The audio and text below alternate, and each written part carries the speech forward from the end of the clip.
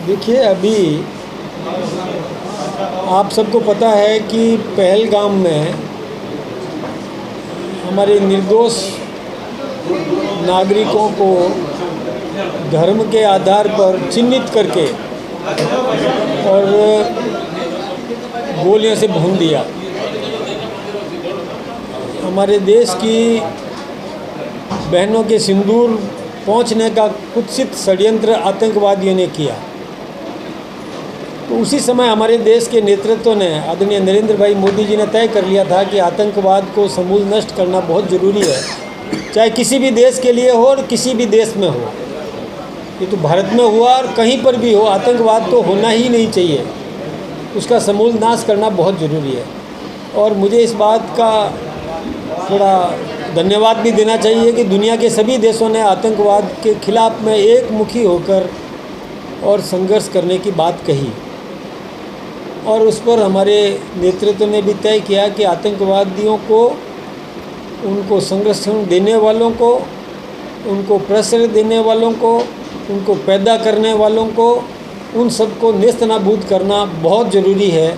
और इसके लिए उन्होंने ऑपरेशन सिंदूर ये नाम दिया कि बहनों का सिंदूर जिसमें पहुंचने का काम किया, तो वही ऑपरेशन सिंदूर करके उन सबको नष्ट करने का काम, जो आतंकवादियों को नष्ट करने का जो निर्णय लिया, उसके लिए हमारी सेना ने भी कमर कस ली। हमारी सेना ने आतंकवादियों के केंद्र नष्ट किए। हमें पाकिस्तान की जनता को परेशान करना नहीं था, पाकिस्तान के आम नागरिक के खिलाफ में हमें कोई युद्ध नहीं करना था, हमें आतंकवादियों को नेस्तनाबूद करना था, आतंकवादियों के केंद्र को नष्ट करना था, आतंकवादियों के साथ जो खड़े हैं उनको सबक सिखाना बहुत ज़रूरी था। और आप सबको पता है कि हमारी सेना ने, और वो 500 किलोमीटर अंदर तक घुस करके और आतंकवादियों के केंद्रों को नष्ट किया। कई आतंकवादी मारे गए और जो बच गए वो भी अपने खुदा ताला ईश्वर से प्रार्थना करते हैं कि यदि मैं भी मर जाता तो अच्छा होता। ये स्थिति पैदा हो जाना, मैं सोचता हूँ कि उनके लिए मरने के बराबर है। ऐसी उनकी रीढ़ तोड़ने का काम हमारी सेना ने किया। हमारी सेना सफल रही, हमारा मिशन कामयाब हुआ।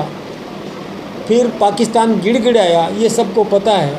उसने कई देशों से अनुनय विनय की, प्रार्थना की कि हमें भारत को समझाओ और युद्ध नहीं करें, लेकिन हमने किसी की नहीं सुनी और सीधा ऑपरेशन किया। जो ऑपरेशन करना चाहिए था, जो एयर बेसेस थे उनको ध्वस्त करना था, हमने ध्वस्त करने का काम किया। आखिर पाकिस्तान की सेना के अधिकारी ने, जब सर्वोच्च अधिकारी ने रिक्वेस्ट की कि हम आपसे बात करना चाहते हैं, युद्ध विराम करना चाहते हैं, तो हिंदुस्तान ने कहा कि हमारी शर्तों पर युद्ध विराम होगा, तो हमारी शर्तों पर। तो उन्होंने हमारी शर्तें स्वीकार की कि हम किसी भी वो पाकिस्तान ने कहा कि हम आतंकवादियों को प्रश्रय नहीं देंगे। तो हमारे देश के प्रधानमंत्री ने कहा कि आपकी सेना के अधिकारी उनके जनाजे में शामिल थे, आतंकवादियों के जनाजे में शामिल थे, तो क्या कैसे माना जाए। लेकिन उन्होंने ये प्रार्थना की कि भविष्य में ऐसा नहीं होगा। तब जाकर के एक बार ऑपरेशन सिंदूर को थोड़ी देर के लिए रोका गया। यदि पाकिस्तान ने फिर कोई हरकत करी तो उसके बाद वही माना जाएगा कि वो युद्ध करना चाहता है।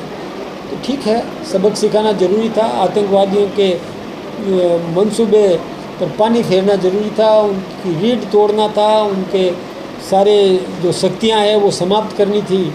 तो सबक तो सीखेगा पाकिस्तान। हालांकि पाकिस्तान एक विश्वसनीय राष्ट्र नहीं है, ये हम सबको पता है। लेकिन आप जानते हैं कि ऑपरेशन सिंदूर आतंकवादियों को नष्ट करना था, आतंकवादी केंद्रों को नष्ट करना था, जिसमें हम सफल हुए।